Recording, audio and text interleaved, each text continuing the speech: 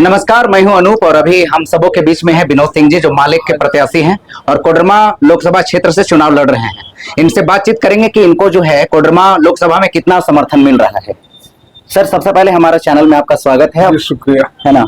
आप बताइए कि सर, आप माले से चुनाव लड़ रहे हैं, लोगों का कितना आपको सहयोग मिल रहा है, कितना समर्थन मिल रहा है? देखिए, चुनाव माले तो लड़ ही रहे, लेकिन माले ने ही पूरे भारतीय जनता पार्टी के खिलाफ जो भी राजनीतिक सामाजिक संगठन है उस तमाम लोग मिलकर लड़ रहे हैं इंडिया गठबंधन की लोट से रहे। और समर्थन का आलम तो ये है कि बहुत कम ही समय में एक तरफ जहां वर्तमान जो सांसद हैं इचाक से लेकर के गांधी तक, बरकट्ठा से लेकर के हर जगह लोग उनसे सवाल पूछ रहे हैं, उनकी आकांक्षाओं के साथ धोखा हुआ है।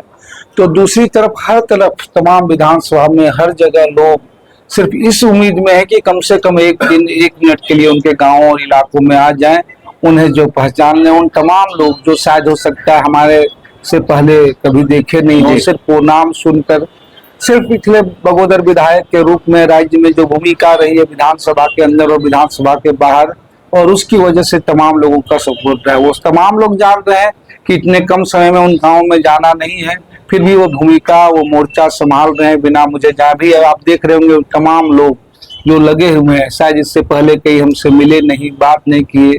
तो ये स्थितियां कोडरमा से लेकर के गांधी तक, बरकट्ठा से लेकर के जमुआ तक हर जगह। सर, लेकिन बीजेपी अभी जो है एनडीए की जो प्रत्याशी है अन्नपूर्णा देवी, वो भी दावे कर रही है कि चाहे जो भी हो इस बार जो है बीजेपी 400 पार।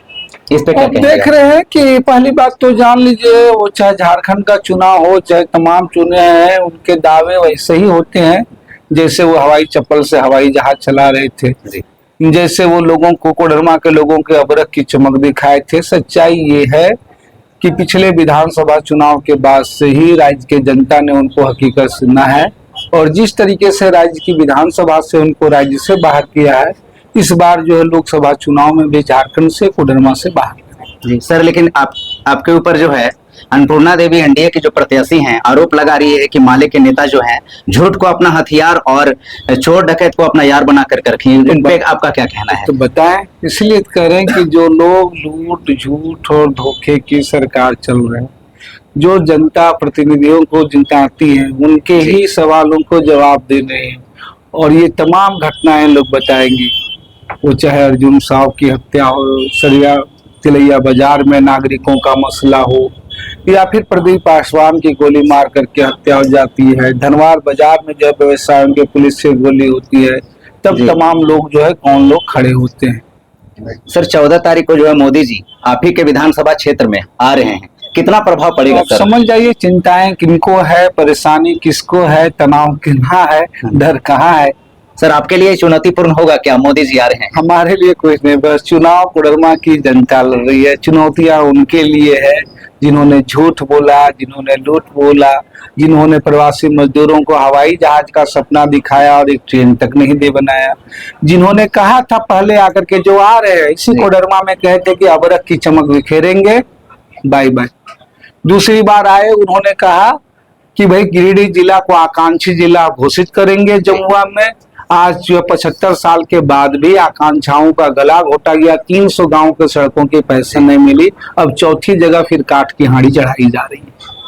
सर, आपको प्रवासी मजदूरों की आप बात की, सर प्रवासी मजदूरों का आपको कितना समर्थन मिल रहा है और आप जीत के लिए कितने आश्वस्त हैं? अब तो देख रहे हैं कि पूरे राज्य में सबसे प्रवासी लॉकडाउन के बाद लगातार सबसे ज्यादा ये सवाल वहम रहा, और लॉकडाउन में भी उसके बाद भी ये सवाल इशू रहे। और राज्य की विधानसभा से चाहे दुर्घटना हो, चाहे हमारे राज्य के किसी भी नागरिक की सामान्य मौत हो जाए, इन सवालों को हम लोग लड़ते रहे, उठाते रहे।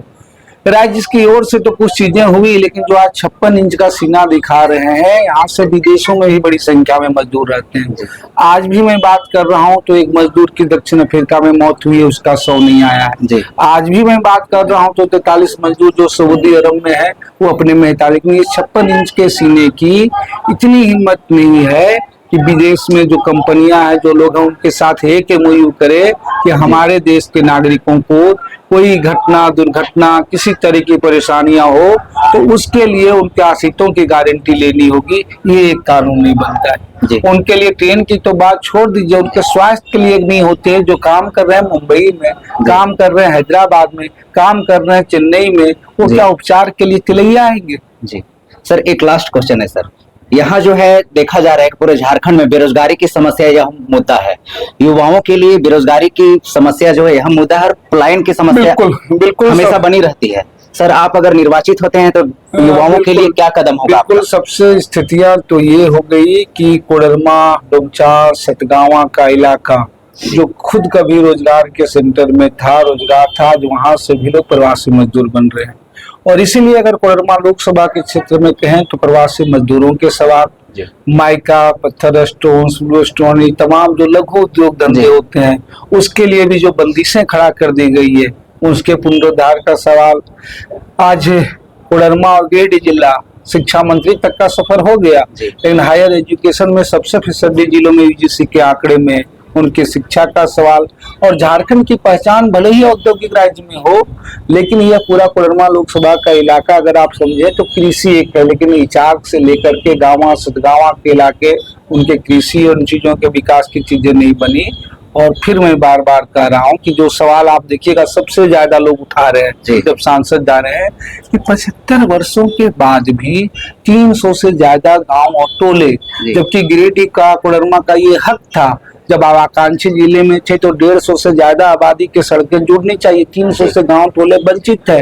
मैंने राज्य से प्रस्ताव भिजवाया कि भाई एक 40% पैसा वो एक मुफ्त दे रहे हैं, आप अपना हिस्सा दिए। उन्होंने कहा गाड़ी छूट गई। जो लोग कोडरमा और गिरिडीह के विकास पे कर रहे हैं, गाड़ी छूट गई।